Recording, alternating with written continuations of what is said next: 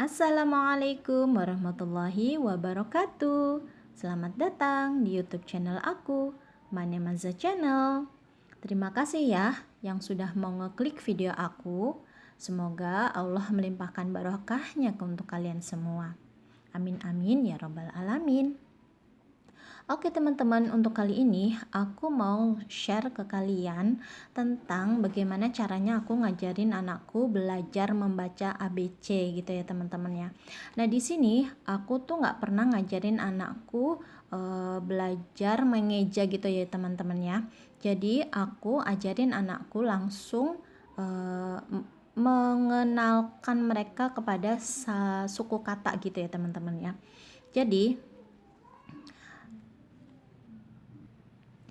Jadi kenapa aku mengajarkan mereka tanpa mengenal dulu huruf-huruf terlebih dahulu gitu ya teman-teman ya, tanpa mengeja gitu ya. Karena alasan yang pertama itu dia bakalan lebih cepat bisa membaca gitu ya teman-teman ya.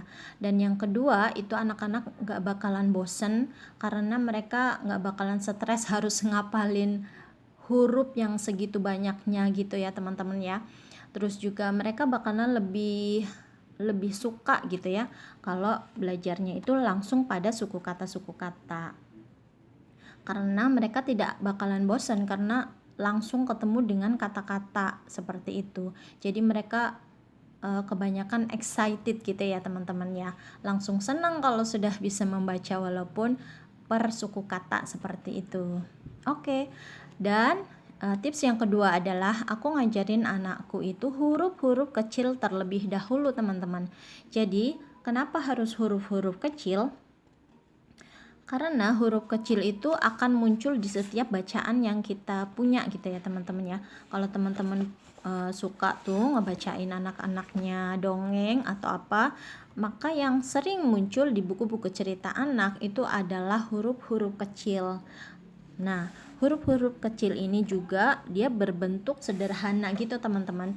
Jadinya dia bakalan lebih melekat gitu di pikiran anak-anak. Seperti itu.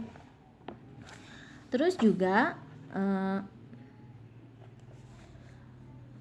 ini juga bakalan berfungsi ketika anak-anak itu belajar menulis ketika SD gitu ya. Kan ada pelajaran menulis huruf besar. Jadi fungsi-fungsi huruf besar itu untuk apa seperti gitu ya.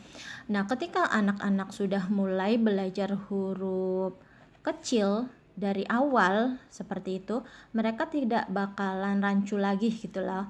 Nggak bakalan keder gitu ketika harus menempatkan huruf-huruf besar seperti itu. Kebanyakan kalau kita melakukan pengenalan terlebih dahulu huruf-huruf besar gitu, huruf kapital, maka anak-anak kebanyakan seperti itu ya, mereka akan rancu ketika menulis huruf-huruf gitu loh teman-teman. Jadi kayak anak alay gitu ya, tulisannya tuh ada yang besar ada yang kecil gitu, tidak sesuai dengan penempatannya. Dan ini cara mengoreksinya itu bakalan susah seperti itu.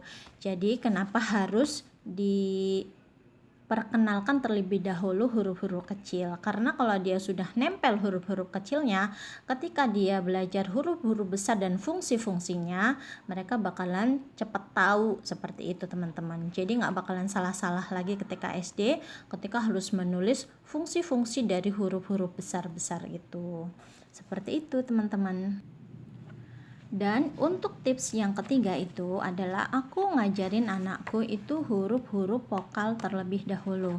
Huruf vokal itu seperti apa? Mungkin ada yang nggak tahu ya huruf-huruf vokal itu. Huruf-huruf vokal itu seperti ini teman-teman. Nah, contohnya nih seperti ini. Ada A, I, U, E, O. Seperti itu ya teman-teman ya. Dan ini tuh cuma huruf-huruf ini yang harus dihafalkan terlebih dahulu untuk anak-anak seperti itu, anak-anak yang baru mulai belajar membaca gitu ya teman-teman ya. Jadi ketika anak-anak sudah mengenal huruf-huruf vokal, mereka bakalan lebih gampang untuk diarahkan menuju ke huruf-huruf berikutnya. Seperti itu teman-teman. Dan untuk tips berikutnya adalah sabar. Ini kuncinya ya teman-teman ya. Ketika mengajarkan anak membaca, itu kunci utamanya adalah sabar dan tidak boleh memaksakan kehendak sama anak gitu ya. Kalau anak tidak mau, ya udah, nggak usah dipaksa-paksa.